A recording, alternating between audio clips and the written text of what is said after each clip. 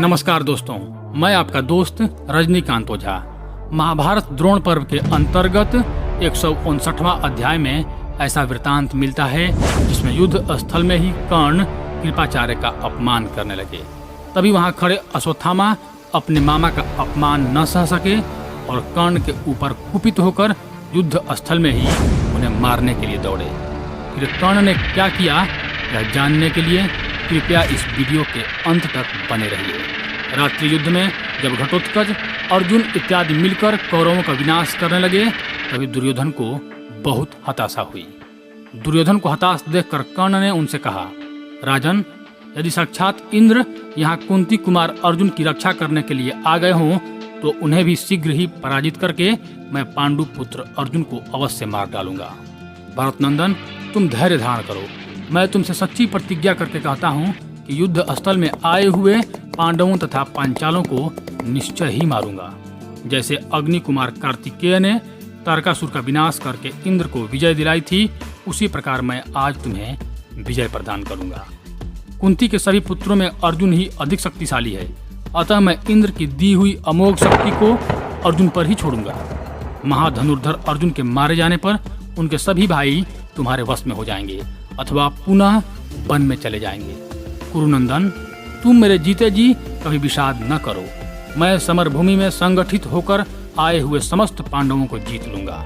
मैं अपने बाण समूहों द्वारा रणभूमि में पधारे हुए पांचालों, केकयों और वृष्णिवंशियों के भी टुकड़े टुकड़े करके यह सारी पृथ्वी तुम्हें दे दूंगा। इस तरह की बातें करते हुए सूत पुत्र कर्ण से सरद्वान के पुत्र महाबाहु कृपाचार्य ने मुस्कुराते हुए से कर्ण से ये बात कही। कर्ण, बहुत अच्छा, यदि बात बनाने से ही कार्य सिद्ध हो जाए तब तो तुम जैसे सहायक को पाकर कुरुराज दुर्योधन सनाथ हो गए। कर्ण, तुम कुरुनंदन सुयोधन के समीप तो बहुत बढ़कर बातें किया करते हो, किंतु न तो कभी कोई तुम्हारा पराक्रम देखा जाता है और न उसका कोई फल ही सामने आता है।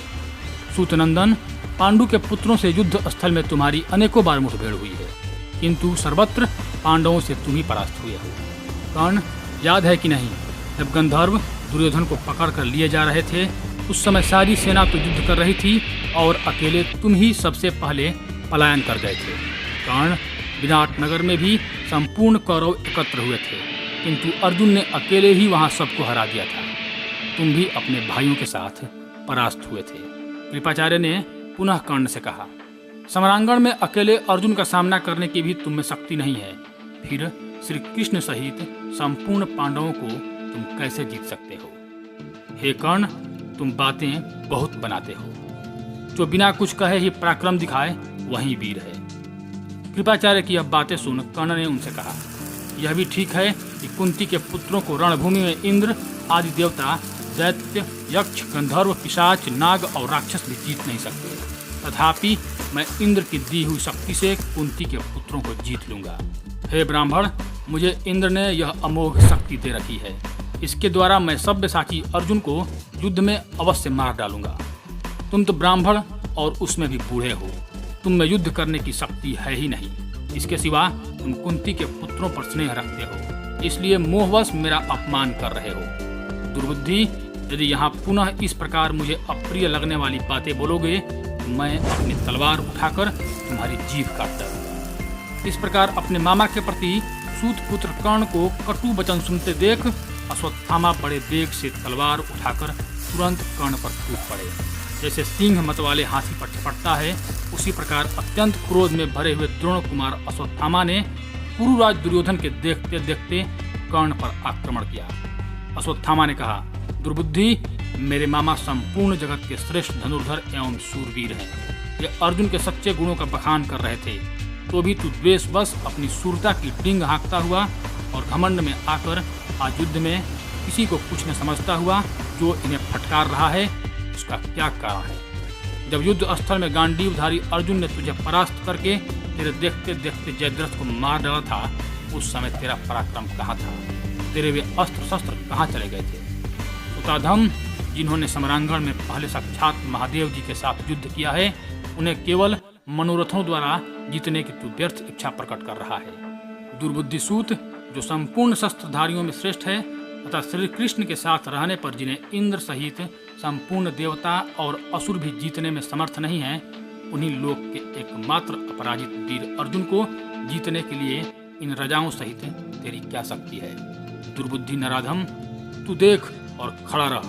दुर्मते, मैं अभी तेरा सिर धड़ से उतार लेता हूँ। इस प्रकार वेग पूर्वक उठे हुए अश्वत्थामा को महातेजस्वी स्वयं राजा दुर्योधन तथा मनुष्यों में श्रेष्ठ कृपाचार्य ने रोका। कर्ण बोला, गुरुश्रेष्ठ, यह दुर्बुद्धि एवं नीच अश्वत्थामा बड़ा शूरवीर बनता है और युद्ध की सलाह रखता है। तुम इसे छोड़ दो, आज यह मेरे पराक्रम का सामना करे। फिर बीच में दुर्योधन आए और बोले, दूसरों को मान देने वाले अश्वत्थामा, प्रसन्न हो, तुम्हें क्षमा करना चाहिए। कर्ण पर तुम्हें किसी प्रकार की भी क्रोध उचित नहीं है।